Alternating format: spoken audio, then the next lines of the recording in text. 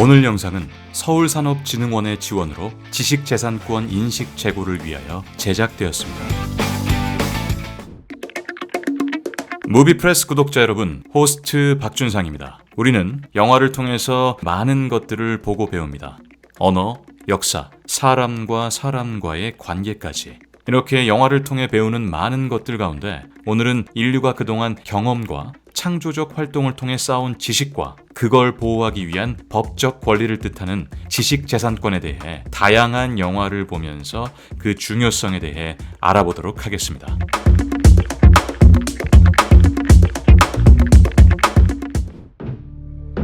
평범한 직장인으로 살고 있는 주인공 가이.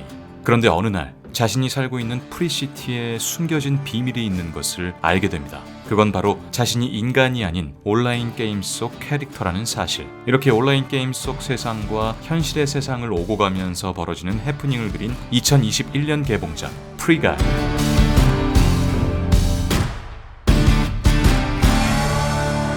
이 영화는 온라인 게임 속 미스테리를 풀어가는 어드벤처 이야기인가 싶더니 사실은 게임 제작사와 프로그래머 사이의 저작권 문제가 가장 큰 갈등 요소로 등장한다. 프리시티 게임의 핵심 소스 코드를 무단으로 사용하고 있는 것을 막고 다시 그 권리를 찾기 위한 현실의 다툼을 담고 있는 이 영화. 첫 번째 영화는 온 가족이 함께 보면서 현란한 CG와 빵 터지는 패러디로 재미도 얻고 컴퓨터 프로그램의 라이센스와 저작권에 대한 상식도 얻어가기 딱 좋은 영화 프리 가이였습니다.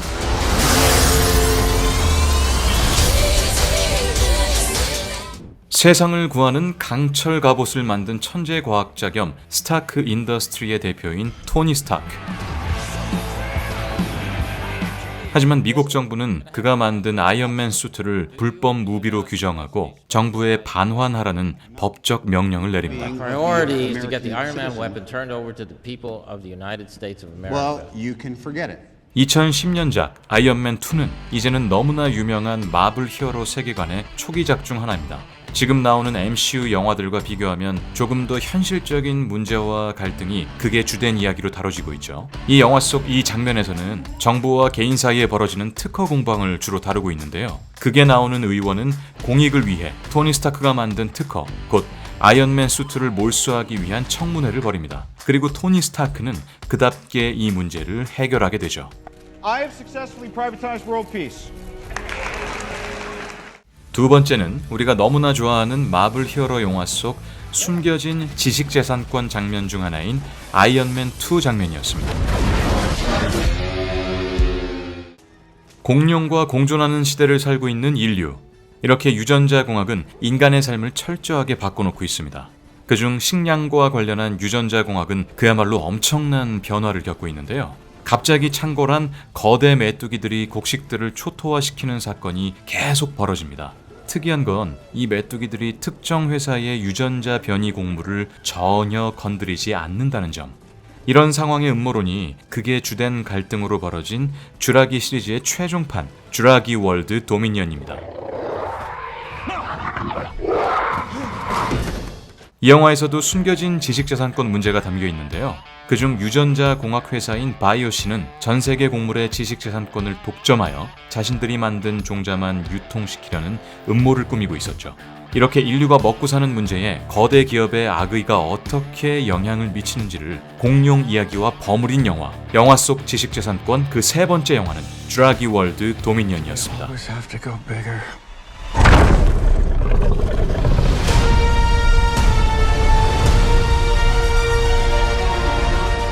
자, 우리가 익히 알고 있는 유명한 블록버스터 영화 속 지식재산권 이야기를 전해드렸는데요. 그럼 현실에서 이 지식재산권과 관련된 문제를 가장 많이 다루는 분들은 누가 있을까요? 바로 그 일을 하는 분을 모시고 영화 속 지식재산권 심화편 들어가겠습니다. 안녕하세요. 무비프레스 구독자 여러분. 저는 2018년에 변리사 시험에 합격하고 이제 4년차 변리사로 활동하고 있는 노형완이라고 합니다. 주로 전기전자 분야에서 다양한 기업의 특허 출원을 대리를 하면서 활동을 하고 있고요. 개인 유튜브 채널도 운영하면서 지식재산권 관련된 다양한 내용을 좀 재밌게 소개해 드리려고 이렇게 노력을 하고 있습니다. 지식재산권이란 인간이 발명한 아이디어나 그런 창작물을 보호하기 위한 이제 법적인 권리 정도로 표현할 수 있을 것 같습니다. 하나의 제품을 보호하기 위해서는 기능, 상품명, 제품 디자인, 들어가는 컨텐츠 같은 것들이 이제 아우러져서 보호를 할 수 있어야 될 텐데, 기능적인 부분은 특허권으로, 브랜드나 로고 이런 부분은 상표권으로, 제품 디자인은 디자인권으로, 들어가는 컨텐츠는 저작권으로 분류를 해서 이제 보호를 하고 있는 것입니다.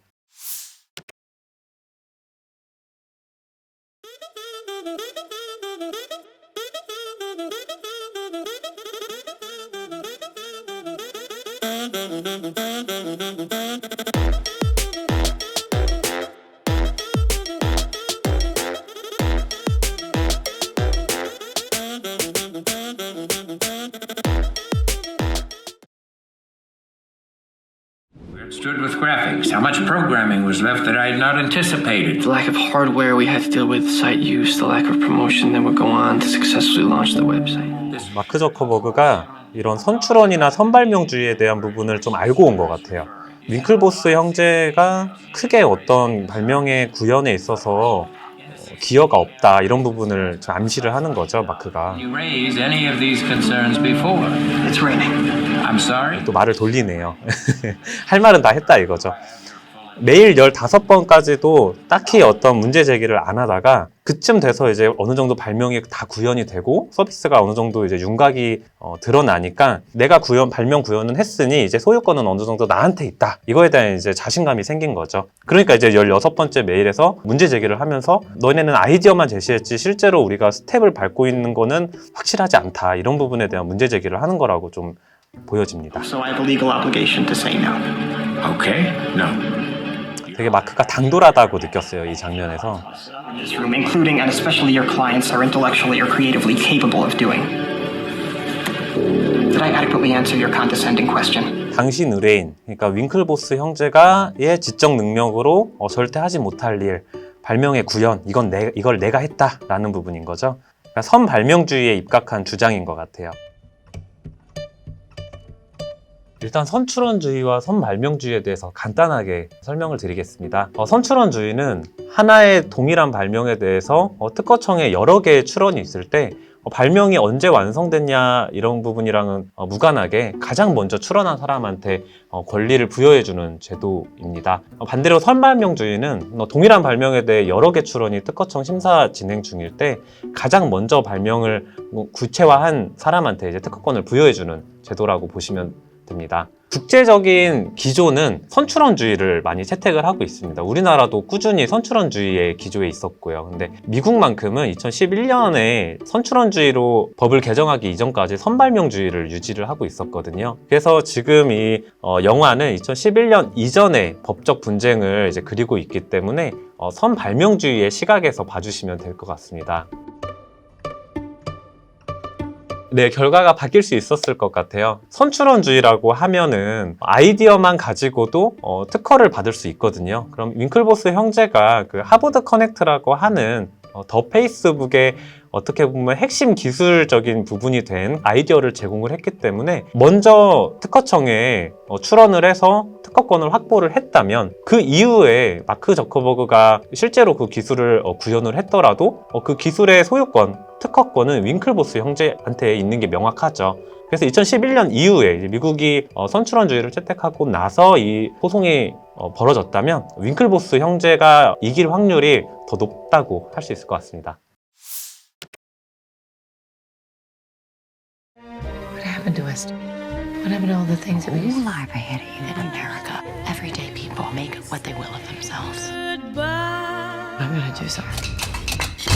Had an idea. So what? Lots of people have ideas. It's a big mistake. It's a fantasy. I will fight for it like it's my own children. Good. In another country where they have an idea that might be similar to my mom. What country? Hong Kong. 지금 이제 홍콩에 있는 사업가, 이제 아마 홍콩에 특허권이 있는 것 같아요. 이 제품의 기술에 대한 부분이. Also owns a manufacturing plant. That you guys say that it's cheaper than any other place? In California.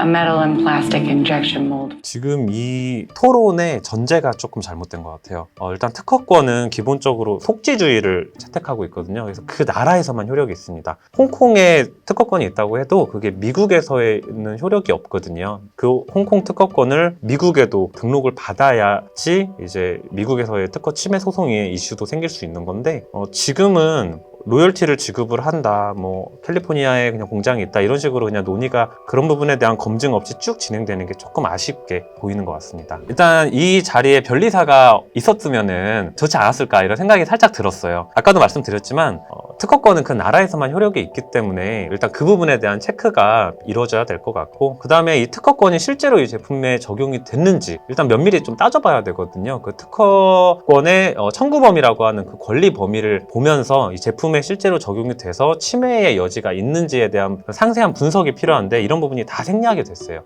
결국엔 이게 나중에 발목을 잡죠. 이게 사실 사업을 처음 하시는 분들이 겪는 문제예요. 주변에서 다 이렇게 훈수를 두니까 이게 배가 산으로 가는 거죠. 가스라이팅을 당하고 있는 거예요, 이게. 이 장면을 통해서 이제 사업을 하시는 분들은 정말 전문가의 도움을 받아야겠구나, 필요한 경우에는 그런 부분에 대한 인사이트를 얻으셨으면 좋겠습니다. This is only getting worse. Plus, it cost us an extra $10,000 for Ray Cagney, this California patent attorney. 변리사가 등장을 하네요. We got the state to decline prosecution. 언제는 이렇게 훈수 두면서 로열티 내고 공장도 그 사람들한테 맡기자, 금융이랑 다 맡기자 했었던 사람들이 이제 또 말을 바꾸죠. 왜 그랬냐? 첫 단추를 잘못 끼니까 그 이후로도 계속 일이 틀어지는 걸 볼 수가 있어요. 어떻게 보면은 특허 분석을 하는 게 사실 그렇게 변리사들한테는 어려운 일이 아니거든요. 첫 단추를 잘 끼웠다면 이제 민사상의 어떤 분쟁까지 이어지지 않았을 수도 있겠죠. I made a phone call this morning to Hong Kong. It was 1 a.m. in California, but it was 5 p.m. the following afternoon in Hong Kong. I always think it's amazing. 이 부분이 아까 말씀드린 그 속지주의를 암시하는 장면이라고 저는 생각을 했어요. 이렇게 시간이 다르다라는 게 결국에는 홍콩의 특허권이랑 미국의 특허권은 서로 영향이 없다. 이게 속지주의이기 때문에 홍콩의 특허권이 있더라도 우리가 이 제품을 판매하는 거는 또 다른 문제다. 이런 부분을 약간 암시하는 장면 아닐까 이런 생각을 한번 해봤습니다. Has no idea if his Hong Kong patent for a self-ringing mop is worth anything or if it even works. 일단 특허 번호를 검색조차 안 해본 것 같아요. 그 특허의 권리 범위가 우리 제품에 적용이 되어 있냐라는 분석 이전에 이 특허가 있냐, 유효한 특허냐라는 분석조차 주인공이 안 한 거죠. 사실 이건 주인공에게도 책임이 있다고 보여집니다. I'll give you 50,000 on top of paying you back the 50. 지금 이 배우가 그 엑스맨에 나온 그 배우잖아요. 그래서 무서웠나? 이런 생각도 사실 살짝 해봤습니다. 이렇게까지 보상을 해준다고? 아직 소송이 진행된 것도 아니고 뭐 경고장을 보낸 것도 아닌데 말 한마디에 이렇게 다 돌려주고 게다가 2배로 돌려준다고? 극적인 요소를 가미하기 위해서 권성징악을 좀 보여주기 위해서 이렇게 좀 의도를 한 것 같아요. 네, 결론적으로는 주인공이 이렇게 사업도 지키고 해피엔딩으로 마무리되는 것 같습니다. 특허권은 특정한 기술에 대해서 20년 동안 독점 배타적으로 소유할 수 있는 그런 이제 무형의 재산권이라고 보시면 됩니다. 그래서 재산권이기 때문에 지금 영화에서처럼 실시권을 주고 로열티를 받을 수 있고 다른 사람에게 양도할 수도 있고 이렇게 활용을 할 수가 있는 거죠. 또 아까 말씀드렸듯이 특허권은 속지주의이기 때문에 해당 국가에서만 효력을 가지게 됩니다. 사업을 시작하시는 단계에서는 좀 간과하기 쉬운 영역이거든요. 그래서 비단 특허권뿐만 아니라 다른 사람의 이미 있을 수도 있는 그런 상호명이나 로고를 쓰실 수도 있기 때문에 그런 부분에 대해서 항상 유의하시고 나중에 발생할 수도 있는 이런 좀 이슈들을 미리 좀 유념하시고 준비를 하시면은 사업을 하시는데 지식재산권이 발목을 잡을 일은 없을 거라고 생각을 합니다. 지식재산권에 관한 도움이 필요하면 이제 저 같은 변리사를 적극적으로 찾아주시기 바랍니다. 오늘 영화로 보는 지식재산권에 대해서 영화 2편을 가지고 한번 다뤄봤는데요. 아무쪼록 좀 도움이 되셨으면 좋겠습니다. 저는 또 그럼 제 채널에서 또 다른 흥미로운 지식재산권 주제를 가지고 또 찾아뵙도록 하겠습니다. 그럼 여러분, See you next movie!